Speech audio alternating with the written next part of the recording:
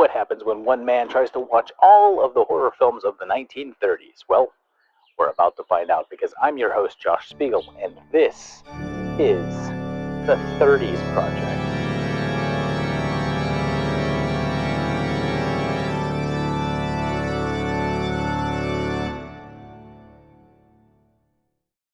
We're pretty solidly into the decade now, and so far, the Universal Monsters have had a stranglehold on the 30s, but this episode is going to show us that they weren't exactly everywhere, because 1934 is going to give us an assortment of other stuff.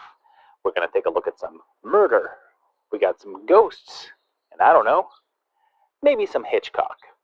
We'll begin this year on January 31st as we take a look at the ninth guest. We begin with some telegram operators. I'm sorry, sir, but you can't send any swear words in a telegram. Well, telegrams are no fun then. We meet Mr. Osgood, played by Edwin Maxwell, who we just saw in Mystery of the Wax Museum. And there's a big mayoral election coming up, and Osgood's guy has been discovered to have a troubled past. He's also been elected to a party via telegram. His rival, Mr. Cronin, has also received an invite. In fact, 8 different people all get the gram, and some reluctantly attend.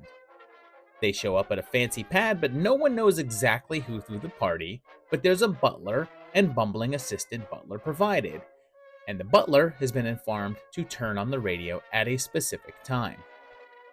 A voice comes on and says he's the host and that they've all been chosen to play a game of death and have to put their wits against his. The phone lines are cut, the radio is rigged to electrocute them, and the gates are as well, so they can't leave. If they choose not to play, there's a bottle there that he says offers an escape, and it's poison, and they soon figure out that this is not a joke. The voice comes back to tell them that there is in fact a 9th guest to the party, and his name is Death, and Osgood immediately drops dead. And then they realize that they have to play his deadly game to get out alive. So this one is from Roy William Neal, and he'd been directing since 1917, but this is his first project that would be horror or horror adjacent, although he'd eventually go on to direct the classic Frankenstein meets the Wolfman. It was an adaptation of a stage play from 1930 that had the same name and was based on a novel, also from 30, called The Invisible Host. Even though there's plenty of comparisons to Agatha Christie's And Then There Were None, or 10 Little Indians, and here's a tip, don't look up that book's original title, but that was published in 1939, and The Invisible Host predated it by almost a decade, perhaps influencing Christie. This didn't leave quite as big of an impression on the mystery world as that later novel, but it certainly did leave an impression, although some sort of legal issues seem to be plaguing the film from getting any sort of remaster or new print, and the existing versions are of a lower quality. The original high-end negative is said to be locked away, so perhaps in time, a much higher resolution version will be available. And this is pretty good stuff. I give it a 3, since its pacing is a little wonky and it takes too long to get to the point. And then it just feels like rushed, but its significance is higher than you'd think, since it's also a 3, but doesn't contain any known faces and isn't really all that well known. But this is the template for practically any locked room mysteries, and even shows some influence on Saw and the like. Should you watch it? Yes, invite yourself to this party.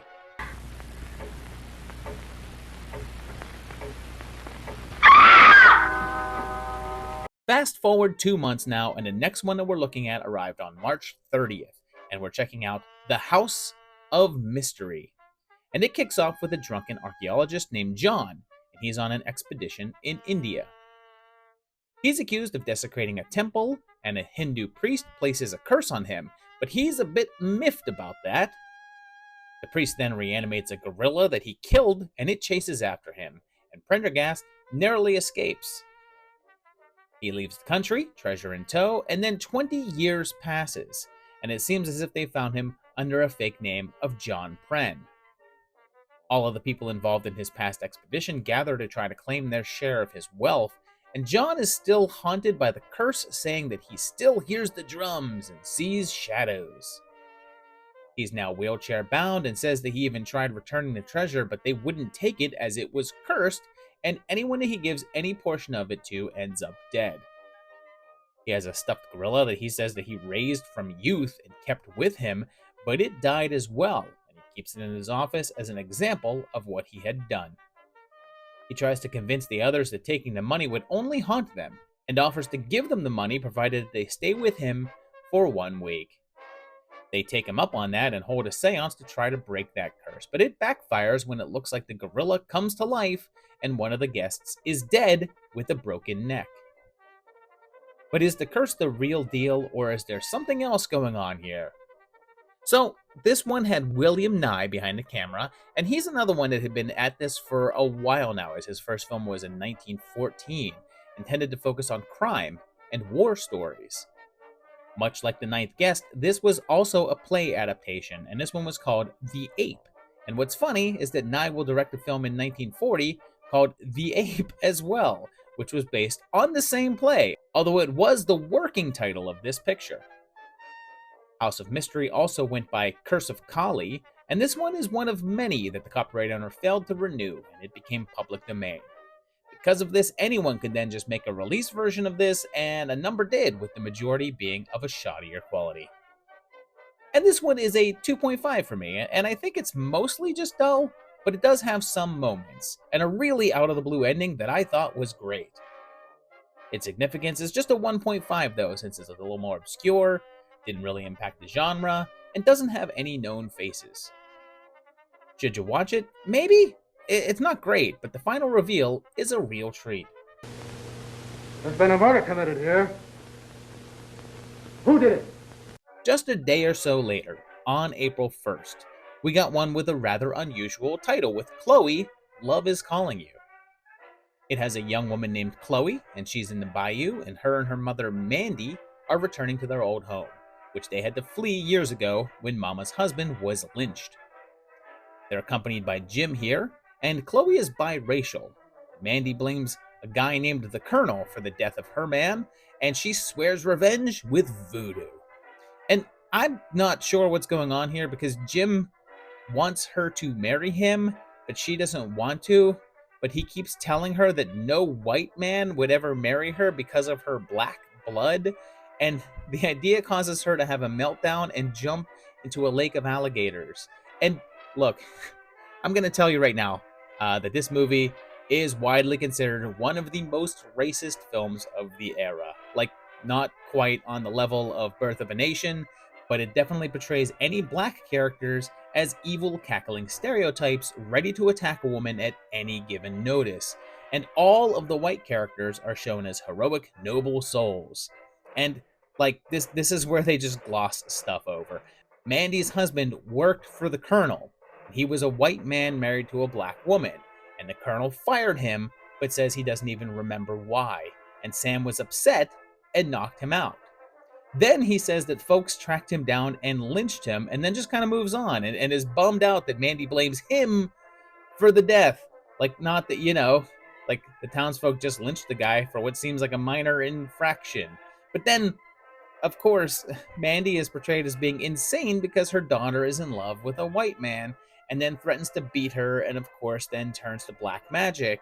And this was both written and directed by Marshall Nealon, who began directing back in 1914, and this would be one of the last ones that he handled. It's notable for being the final film of Olive Borden, who was a popular actress from the silent era that had some difficulty transitioning into sound pictures and racked up a reputation for being temperamental. And after this film, went onto the stage, but then joined the military and fought in World War II, where her injuries led to health issues and alcoholism, which hindered her attempted comeback into the film world. There's not much information about the film from its time of release, but from a historical aspect, it's looked back as a pretty offensive viewpoint, even for the time period. And I'm giving this a 1, even outside of the whole racism thing. It's a boring slog with ridiculous over-the-top acting.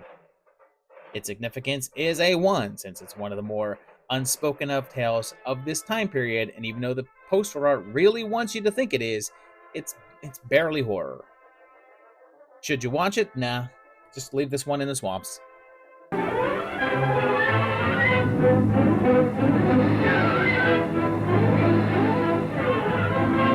We move into May now, and on the 4th, there was a smaller release with Double Door. It has the wedding of Ann Darrow to a guy named Rip Van Brett, and if that isn't a classic film name, then I don't know what is.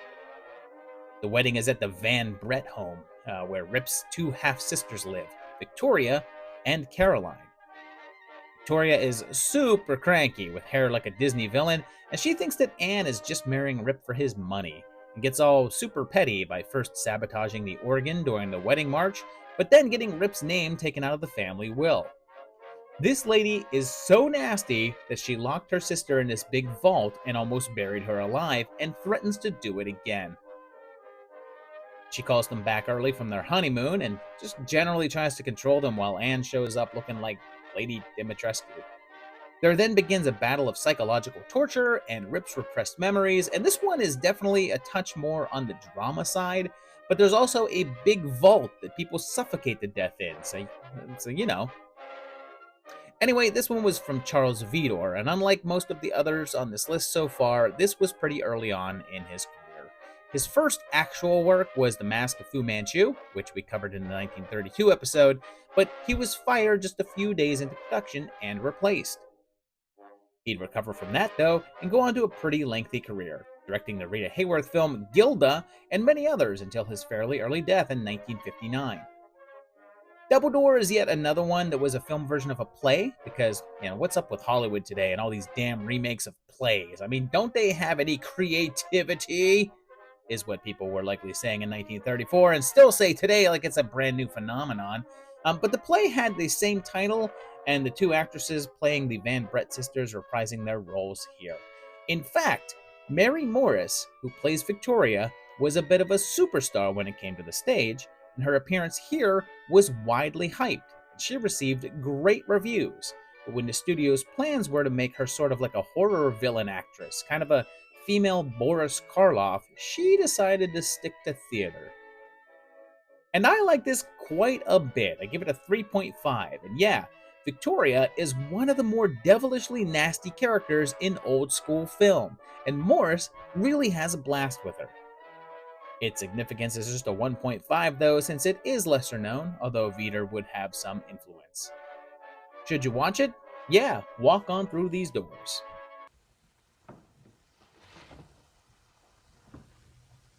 I'll show you.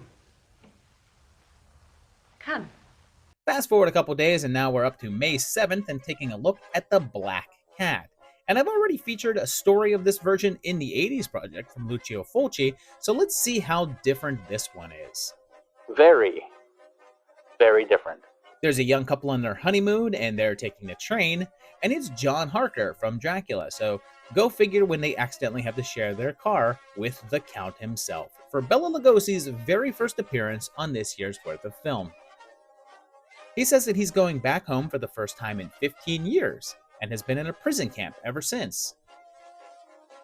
They get off at the same stop, and when their bus driver gets into a crash, they're forced to go with Werdegast to his friend's estate. And that friend is Polzig, played by fellow Universal monster Boris Karloff, for the first time on the 30s project to feature them together. It seems that the two have a long-running feud that involved Polzig betraying him and leaving him to die in World War I, and then stealing his wife. Turns out that Werdegast is horribly afraid of cats, and he kills one, so he's the villain, right?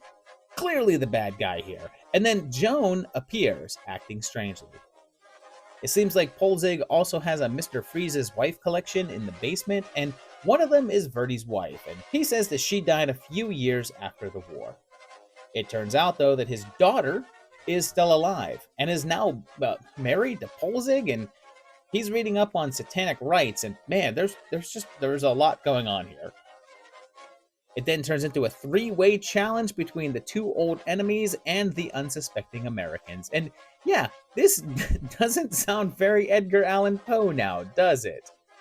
Well, it's actually shown in the credits as being suggested by the story of the same name from 1843, and this wasn't the first attempt at adapting the short tale, since there were short films before this, and honestly, this is hardly an adaptation anyway, but you could refer to it as the first American version of Poe's story. and it was by Edgar G. Ulmer, and this is his first appearance here on the project, but I've actually covered another of his films recently in an Invisible Man list with The Amazing Transparent Man. He's also done things like Daughter of Dr. Jekyll and The Man from Planet X, but this was more or less his breakout film, although he's outright admitted that it has nothing to do with Poe, and that the name was just slapped on there to sell tickets. It was from Universal, and technically, I guess, part of the Universal Monster series, although it doesn't feature any of the mainstay characters, and merely the performers. It was one of the earliest films to use a continual score throughout the film, and there's very little screen time in which music is not playing, which was very uncommon at the time. Even if the reviews weren't great, it still went on to be a nice-sized hit, and it was actually Universal's highest-grossing film of the year, further proving to them that horror was the way to go. And in terms of horror, this one goes further than most from the era, since a guy gets skinned alive. And I'll give this one a 3.5 as well. This is a solid flick. Like, sure, it makes absolutely no sense, and it's kind of a whole bunch of things just thrown against a wall, but seeing Karloff and Lugosi go toe-to-toe for the first time is tons of fun. Its significance is the same since it's part of the Universal series, features two of the biggest horror stars, and was a nice hit, but it's still a touch lesser known and never reached the level that the other monster-oriented films did. Should you watch it? Yep, let it cross your path. It has been a good game. We're headed into June now, and on the 14th, hey, speaking of Edgar Allan Poe, it's The Telltale Heart. It's got a guy in prison, drawing some pretty nice eyes on the wall, and he's brought before the board to tell his story. And we flash back. He's being taken care of by an older man with an eye deformity that gives him the ickies. Like, to the point that even the trees outside all look like distorted eyeballs to him. It keeps bugging him, and he forms an obsession, and one thing to notice here is that there's virtually no dialogue, even though it's clearly a sound picture. The young man, who is credited as just the boy, soon starts hearing things like the old man's beating heart and the amplified ticking of a clock, and it gets so bad that he soon plots to murder him and hide his body underneath the floor. And that should be no spoiler if you know the story that this was based on, since it is an adaptation of The Telltale Heart, which, like The Black Cat, was also published in 1843.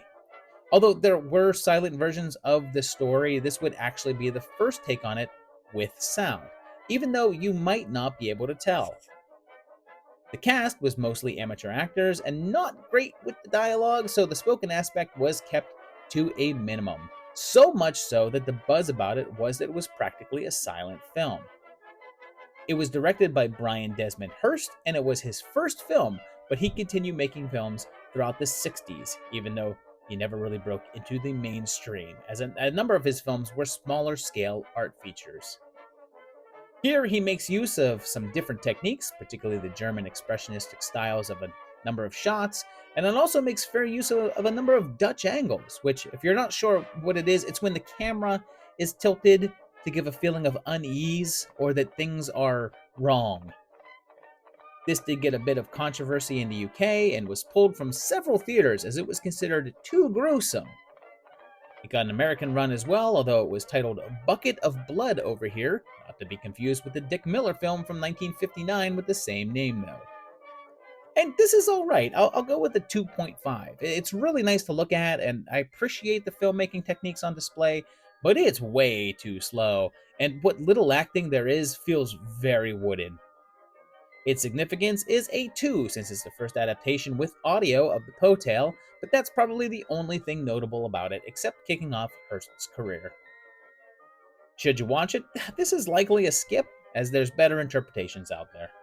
And so on, and on, and on, forever! Repeating itself forever! One day later, on June 15th, back in the USA, there was another one with voodoo influences, but maybe less racist, I guess we'll see, with The Black Moon. There's a young woman named Juanita Perez Lane, and when she was younger, her parents were killed in a voodoo ritual on an island where she was born. She escaped, but is now an adult and feels the urge to go home, against the wishes of everyone around her. And Juanita Perez Lane is played by Dorothy Burgess, who is frequently cast as a Hispanic woman with names like Concha Ronaldo and Margarita Valdez, although from what it appears, she was not Hispanic in any way. She was just typecast in that manner. Her story is kind of interesting since she crashed a car and the passenger of the other car was killed and she was charged with manslaughter, which caused her to have a nervous breakdown. In the movie, she takes her daughter and her nanny with her to head off to the island and stays with her uncle, and her husband's secretary Gail comes with them. And it's Fay Ray again, no stranger to weird islands. And this is her first appearance in 1934, as opposed to the several entries she appeared in for 1933. But she actually spent this year doing more spy thrillers, drama, and comedy. But then, when Juanita starts acting funny and disappearing at night, and their boat drifts off and strands them there, it's up to Steven to figure out how to save his wife from the dreaded voodoo curse. And hey, look at that! This film is also directed by Roy William Neal, who earlier did The Ninth Guest. And even though these are the only 2 times he's going to show up again in this video, he actually made 7 films over the course of 1934, with the other films being either romance or comedy oriented. And yeah, for a film about voodoo rituals in the islands, as you can imagine, it doesn't have the most favorable portrayal of black people. In fact, papers at the time would make mention of such, saying that it might be a bit of a problem in areas with a higher black population, which turned out to be right, as the film just didn't make that much of a splash.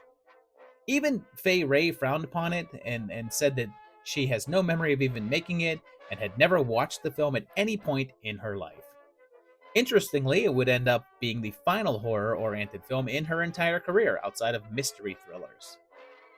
This was based on a novel by Clemence Ripley and was one of the very last horror films to be made outside of the Hays Code enforcement, which we'll talk about quite a bit soon. But this was released on June 15th, and the stronger enforcing of the code began on July 1st.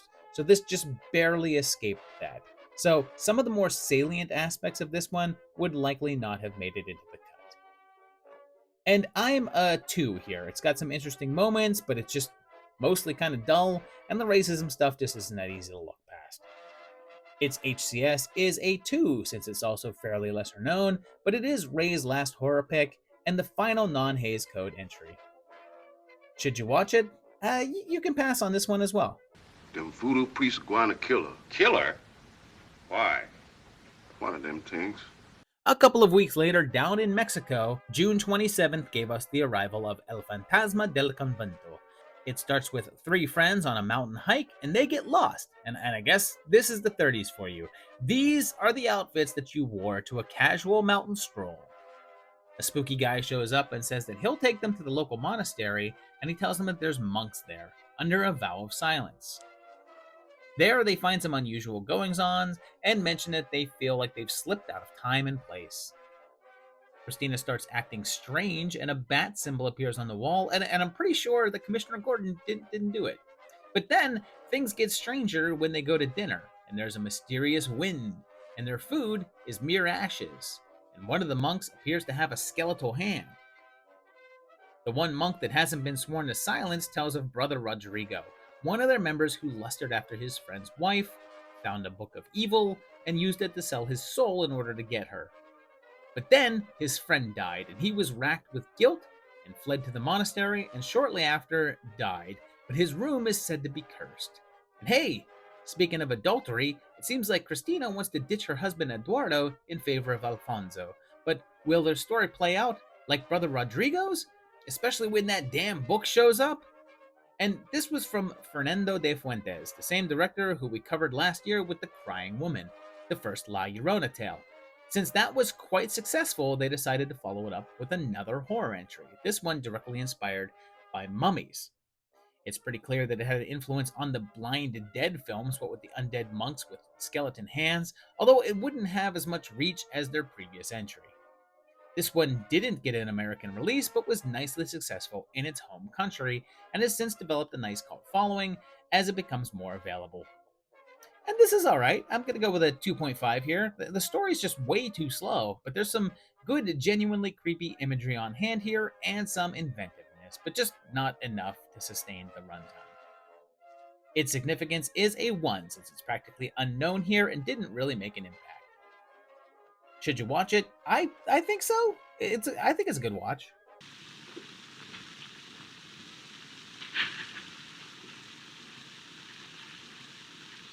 Back in the US and jumping all the way ahead until September 11th, there was a film called Maniac, but not the William Lustig one, nor the Jonah Hill Emma Stone show. Nope, instead, this is a film with a mad scientist who was looking to try out a new experimental formula on a human being.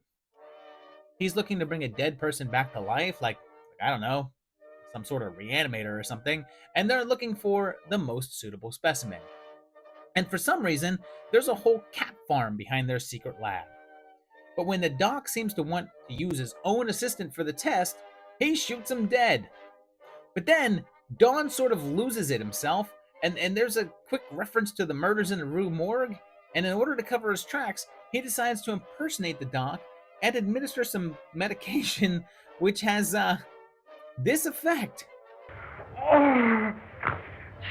Stealing through my body, creeping through my veins. He's said to have simply given him adrenaline, which, does not do that to people, and he just goes mad and then kidnaps one of the women that the doc brought back to life. To complicate things, his crime is discovered and he's blackmailed into using his zombie formula to bring a woman's husband back as well. And oh boy, this is some crazy stuff going on. It's from Dwayne Esper, and he was known for being an early pioneer of exploitation flicks. And the content here definitely pushes the envelope. And it's said to be an adaptation of The Black Hat, as well as The Telltale Heart a bit, the second film for each this year. And this is what you'd call the equivalent of extreme cinema for the era, as there's a particularly cruel bit where a man attacks a cat and pops out its eye and eats it.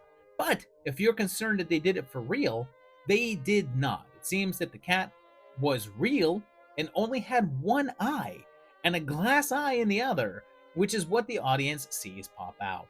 It was shot on a mere $7,500, super low even for the time, and this wasn't released in a standard manner. At first, it only played the roadshow circuit, and Esper essentially traveled around and screened it himself in smaller theaters. It didn't earn much money and didn't get any attention, but later on, they changed the title to Sex Maniac, and lo and behold, it became a big hit. And the crazy thing is, this one has only grown in notoriety as time goes on. It's shown up on a large number of worst film ever made lists, and has the distinction of being the first film dubbed the worst movie of all time. And holy crap, what a wild ride. I'm giving this a 3.5. This is so strange and over the top, I can't help but have fun with it. I had no idea what I was watching half of the time, but I was laughing all throughout, so that's a good sign, right? Its significance is just a 2, and it's fairly unknown and not spoken of much, but its reputation for being bad and even getting a riff track episode gets it the extra point. Should you watch it? Maybe? This is aimed right at my silly sensibilities, but if you're a fan of enjoyable trash, do it. This torment! I can't stand it! I won't!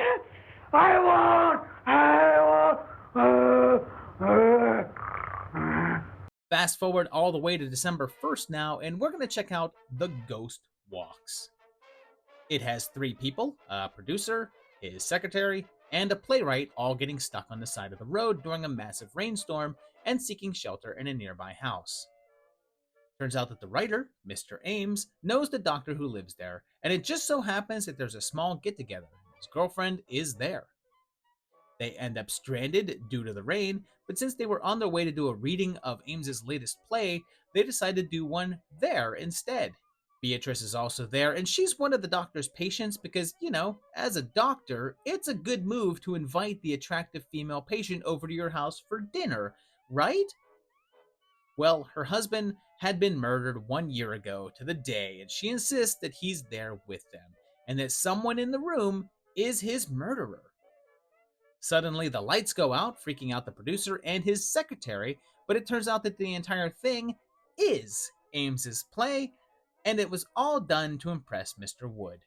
But when Beatrice actually shows up dead, and Wood discovers the script and thinks that now everything is a play, but then it turns out that a mad killer is on the loose, and the producer has no clue what's real and what isn't. And this is another one from Frank S. Strayer, and this is his third film on the project so far.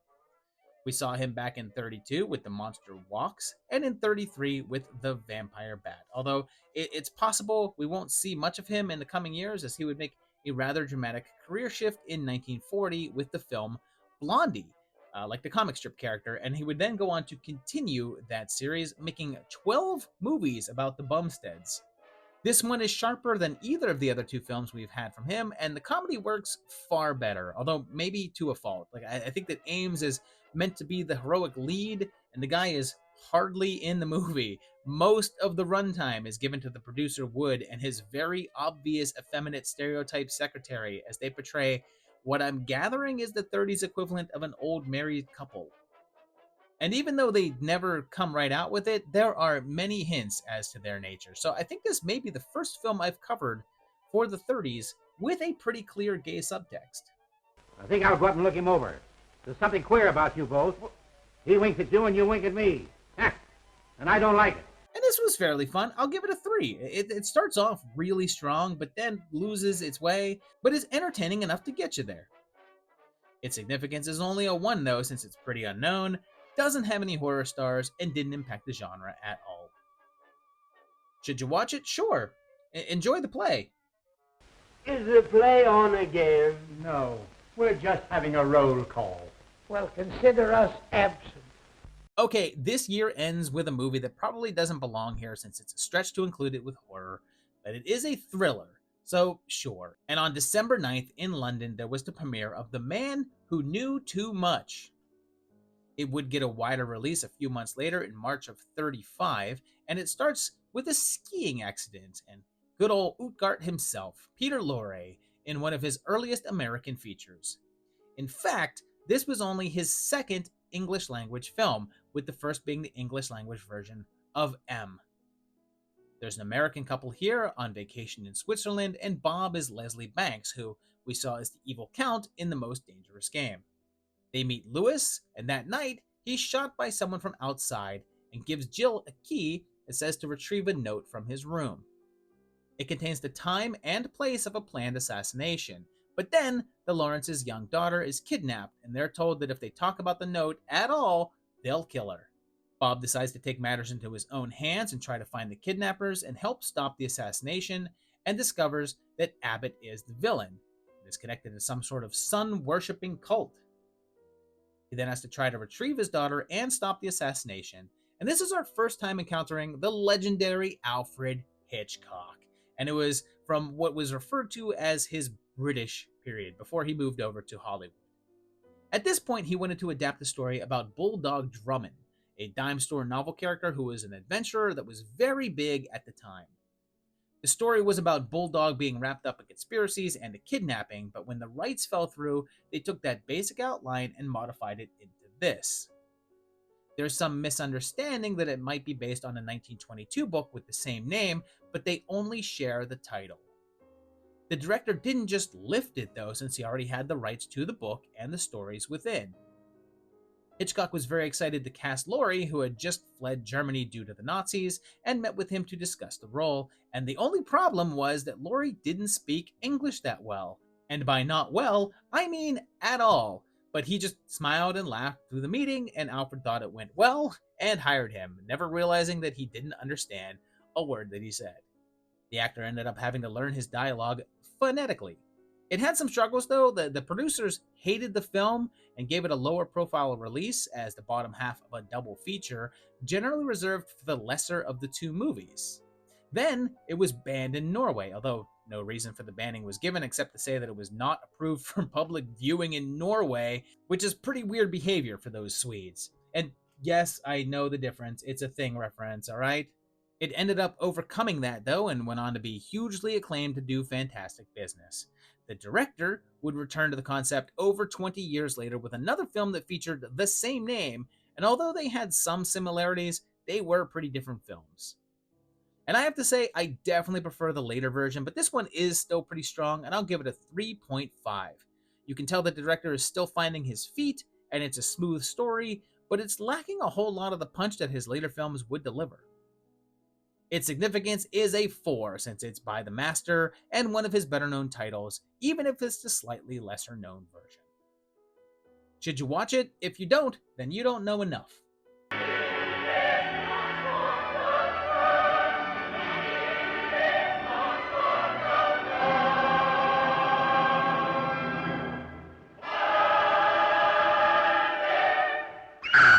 So there you have it, all of 1934. And this year featured several more obscure films, but I think my favorite of this block was probably Black Cat. There wasn't one film in particular that stood out as being amazingly better than all the rest, but there was quite a few that were fairly entertaining and I enjoyed thoroughly. Let me know which of these you've seen and which of these is your favorite down below, or let me know which you haven't seen and which you are now interested in checking out. Put that in the comments. If you're enjoying the project, hit the like button. If you're enjoying the channel, hit the subscribe button. And please check out my Patreon page at patreon.com/movietimelines. Appreciate that. And we'll see you very shortly as we go into 1935 right here on the 30s Project.